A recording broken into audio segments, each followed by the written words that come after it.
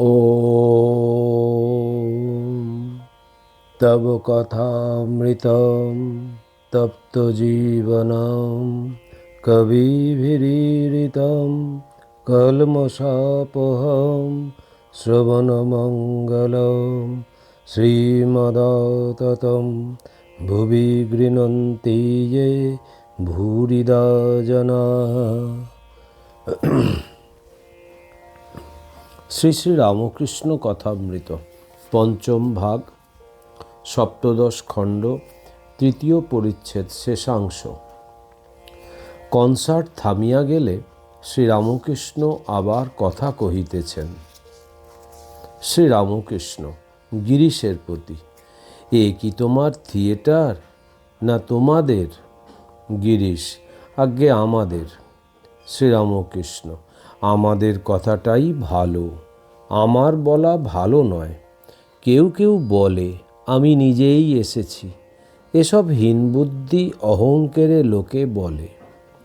নরেন্দ্র, সবই থিয়েটার। শ্রীরামকৃষ্ণ, হ্যাঁ হ্যাঁ ঠিক, তবে কোথাও বিদ্যার খেলা, কোথাও অবিদ্যার খেলা। নরেন্দ্র, সবই বিদ্যার। শ্রীরামকৃষ্ণ, হ্যাঁ হ্যাঁ, তবে ওটি ব্রহ্মজ্ঞানে হয়।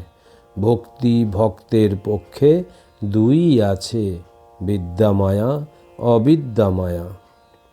শ্রীরামকৃষ্ণ, তুই একটু গা না। নরেন্দ্র গান গাহিতেছেন।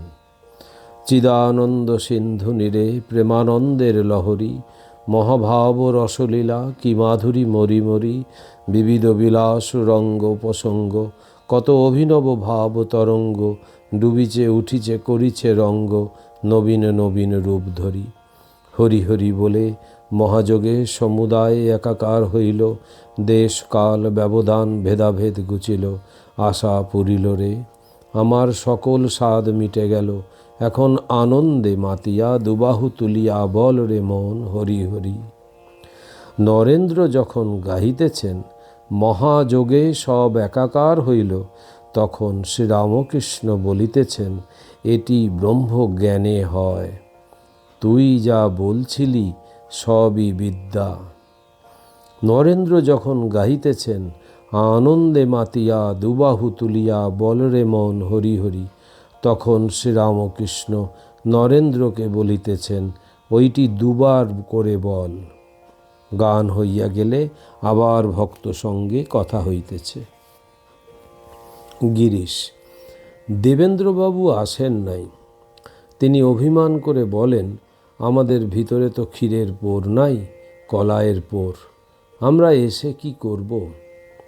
শ্রীরামকৃষ্ণ বিস্মিত হইয়া, কই আগে তো উনি ওরকম করতেন না। ঠাকুর জল সেবা করিতেছেন, নরেন্দ্রকেও খাইতে দিলেন। যতীনদেব শ্রীরামকৃষ্ণের প্রতি, নরেন্দ্র খাও বলছেন, আমরা শালারা ভেসে এসেছি। যতীনকে ঠাকুর খুব ভালোবাসেন। তিনি দক্ষিণেশ্বরে গিয়া মাঝে মাঝে দর্শন করেন, কখনো কখনো রাত্রেও সেখানে গিয়া থাকেন। তিনি শোভাবাজারের রাজাদের বাড়ির রাধাকান্ত দেবের বাড়ির ছেলে। শ্রীরামকৃষ্ণ নরেন্দ্রের প্রতি সহাস্যে, ওরে যতীন, তোর কথাই বলছে। ঠাকুর হাসিতে হাসিতে যতীনের থুতি ধরে আদর করিতে করিতে বলিলেন, সেখানে যাস, গিয়ে খাস, অর্থাৎ দক্ষিণেশ্বরে যাস। ঠাকুর আবার বিবাহ বিভ্রাট অভিনয় শুনিবেন। বক্সে গিয়া বসিলেন, ঝির কথাবার্তা শুনে হাসিতে লাগিলেন। খানিকক্ষণ শুনিয়া অন্যমনস্ক হইলেন। মাস্টারের সহিত আস্তে আস্তে কথা কহিতেছেন। শ্রীরামকৃষ্ণ মাস্টারের প্রতি, আচ্ছা, গিরিশ ঘোষ যা বলছে অর্থাৎ অবতার, তা কি সত্য? মাস্টার, আজ্ঞা ঠিক কথা, না হলে সবার মনে লাগছে কেন? শ্রীরামকৃষ্ণ, দেখো, এখন একটি অবস্থা আসছে, আগেকার অবস্থা উল্টে গেছে, ধাতুর দ্রব্য ছুঁতে পারছি না। মাস্টার অবাক হইয়া শুনিতেছেন। শ্রীরামকৃষ্ণ, এই যে নূতন অবস্থা, এর একটি খুব গুহ্য মানে আছে। ঠাকুর ধাতু স্পর্শ করিতে পারিতেছেন না, অবতার বুঝি মায়ার ঐশ্বর্য কিছুই ভোগ করেন না, তাই কি ঠাকুর এইসব কথা বলিতেছেন? শ্রীরামকৃষ্ণ মাস্টারের প্রতি: আচ্ছা, আমার অবস্থা কিছু বদলাচ্ছে দেখছ? মাস্টার: আজ্ঞা কই? শ্রীরামকৃষ্ণ: কার্যে? মাস্টার: এখন কাজ বাড়ছে, যত লোক জানতে পারছে। শ্রীরামকৃষ্ণ: দেখছ, আগে যা বলতুম এখন ফলছে। ঠাকুর কিয়ৎকাল চুপ করিয়া থাকিয়া হঠাৎ বলছেন: আচ্ছা, পল্টুর ভালো ধ্যান হয় না কেন? এইবার ঠাকুরের দক্ষিণেশ্বর যাইবার উদ্যোগ হইতেছে। ঠাকুর কোনো ভক্তের কাছে গিরিশের সম্বন্ধে বলেছিলেন, রসুন গোলা বাটি, হাজার ধোব, রসুনের গন্ধ কি একেবারে যায়?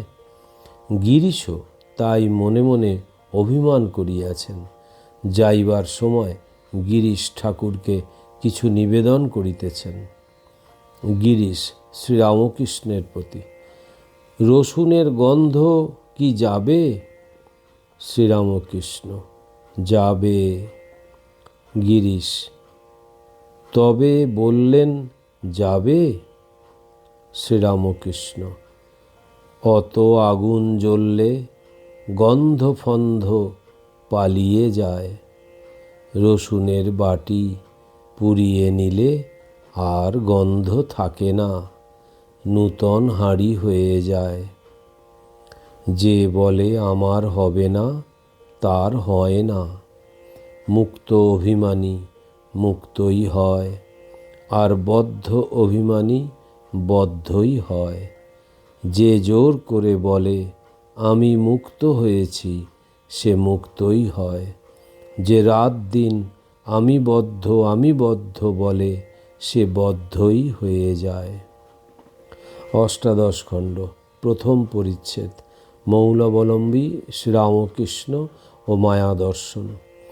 ঠাকুর শ্রীরামকৃষ্ণ দক্ষিণেশ্বর মন্দিরে সকাল 8টা হইতে বেলা 3টা পর্যন্ত মৌন অবলম্বন করিয়া রহিয়াছেন। আজ মঙ্গলবার 11ই আগস্ট 1885 খ্রিস্টাব্দ, 27শে শ্রাবণ।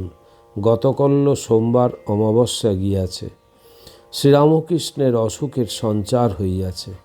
তিনি কি জানিতে পারিয়াছেন যে শীঘ্র তিনি ইহলোক পরিত্যাগ করিবেন, জগন্মাতার ক্রোড়ে আবার গিয়া বসিবেন? তাই কি মৌনাবলম্বন করিয়া রহিয়াছেন? তিনি কথা কহিতেছেন না দেখিয়া শ্রী শ্রী মা কাঁদিতেছেন, রাখাল ও লাটু কাঁদিতেছেন। বাগবাজারের ব্রাহ্মণীও এই সময় আসিয়াছিলেন, তিনিও কাঁদিতেছেন। ভক্তেরা মাঝে মাঝে জিজ্ঞাসা করিতেছেন, আপনি কি বরাবর চুপ করিয়া থাকিবেন? শ্রীরামকৃষ্ণ ইঙ্গিত করিয়া বলিতেছেন, না, নারায়ণ আসিয়াছেন। বেলা 3টার সময় ঠাকুর নারায়ণকে বলিতেছেন, মা তোর ভালো করবে। নারায়ণ আনন্দে ভক্তদের সংবাদ দিলেন, ঠাকুর এইবার কথা কহিয়াছেন। রাখালাদি ভক্তদের বুক থেকে যেন একখানি পাথর নামিয়া গেল। তাহারা সকলে ঠাকুরের কাছে আসিয়া বসিলেন। শ্রীরামকৃষ্ণ রাখালাদি ভক্তদের প্রতি: মা দেখিয়ে দিচ্ছিলেন যে সবই মায়া, তিনি সত্য, আর যা কিছু সব মায়ার ঐশ্বর্য। আর একটি দেখলুম, ভক্তদের কার কতটা হয়েছে। নারায়ণাদি ভক্ত: আচ্ছা, কার কত দূর হয়েছে? শ্রীরামকৃষ্ণ: এদের সব দেখলাম, নিত্যগোপাল, রাখাল, নারায়ণ, পূর্ণ, মহিমা চক্রবর্তী প্রভৃতি। দ্বিতীয় পরিচ্ছেদ। শ্রীরামকৃষ্ণ, গিরিশ, শশধর পণ্ডিত প্রভৃতি ভক্ত সঙ্গে। ঠাকুরের অসুখ সংবাদ কলিকাতার ভক্তেরা জানিতে পারিলেন। আলজিভে অসুখ হইয়াছে সকলে বলিতেছেন। রবিবার 16ই আগস্ট 1885 খ্রিস্টাব্দ, 1 ভাদ্র, অনেক ভক্ত তাহাকে দর্শন করিতে আসিয়াছেন। গিরিশ, রাম, নিত্যগোপাল, মহিমা চক্রবর্তী, কিশোরী গুপ্ত, পণ্ডিত শশধর, তর্ক চূড়ামণি প্রভৃতি। ঠাকুর পূর্বের ন্যায় আনন্দময় ভক্তদের সঙ্গে কথা কহিতেছেন। শ্রীরামকৃষ্ণ: রোগের কথা মাকে বলতে পারি না, বলতে লজ্জা হয়। গিরিশ: আমার নারায়ণ ভালো করবেন। রাম: ভালো হয়ে যাবে। শ্রীরামকৃষ্ণ সহাস্যে: হ্যাঁ, ওই আশীর্বাদ করো। সকলের হাস্য। গিরিশ নূতন নূতন আসিতেছেন। ঠাকুর তাহাকে বলিতেছেন, তোমার অনেক গোলের ভিতর থাকতে হয়, অনেক কাজ, তুমি আরও 3 বার এসো। এইবার শশধরের সহিত কথা কহিতেছেন। শ্রীরামকৃষ্ণ শশধরের প্রতি: তুমি আদ্যাশক্তির কথা কিছু বলো। শশধর: আমি কি জানি। শ্রীরামকৃষ্ণ সহাস্যে: একজনকে একটি লোক খুব ভক্তি করে, সেই ভক্তকে তামাক সাজার আগুন আনতে বললে, তা সে বললে, আমি কি আপনার আগুন আনবার যোগ্য? আর আগুন আনলেও না। সকলের হাস্য। শশধর: আজ্ঞা, তিনিই নিমিত্ত কারণ, তিনিই উপাদান কারণ, তিনিই জীব জগৎ সৃষ্টি করেছেন, আবার তিনিই জীব জগৎ হয়ে রয়েছেন। যেমন মাকড়সা নিজে জাল তৈরি করলে নিমিত্ত কারণ, আর সেই জাল নিজের ভেতর থেকে বার করলে উপাদান কারণ। শ্রীরামকৃষ্ণ: আর আছে যিনি পুরুষ, তিনি প্রকৃতি, যিনি ব্রহ্ম, তিনি শক্তি। যখন নিষ্ক্রিয় সৃষ্টি স্থিতি প্রলয় করছেন না, তখন তাকে ব্রহ্ম বলি, পুরুষ বলি, আর যখন ওই সব কাজ করেন তখন তাকে শক্তি বলি, প্রকৃতি বলি। কিন্তু যিনি ব্রহ্ম তিনি শক্তি, যিনি পুরুষ তিনি প্রকৃতি হয়ে রয়েছেন। জল স্থির থাকলেও জল, আর হেললে দুললেও জল। সাপ এঁকে বেঁকে চললেও সাপ, আবার চুপ করে কুণ্ডলি পাকিয়ে থাকলেও সাপ। ব্রহ্ম কি তা মুখে বলা যায় না, মুখ বন্ধ হয়ে যায়। নিতাই আমার মাতা হাতি, নিতাই আমার মাতা হাতি, এই কথা বলিতে বলিতে শেষে আর কিছুই বলতে পারে না, কেবল বলে হাতি। আবার হাতি হাতি বলতে বলতে হা, শেষে তাও বলতে পারে না, বাহ্য শূন্য। এই কথা বলিতে বলিতে ঠাকুর সমাধিস্থ, দাঁড়িয়ে দাঁড়িয়েই সমাধিস্থ। সমাধি ভঙ্গের পর কিয়ৎকাল পরে বলিতেছেন, খর অক্ষরের পারে কি আছে, মুখে বলা যায় না। সকলে চুপ করিয়া আছেন। ঠাকুর আবার বলিতেছেন, যতক্ষণ কিছু ভোগ বাকি থাকে, কি কর্ম বাকি থাকে, ততক্ষণ সমাধি হয় না।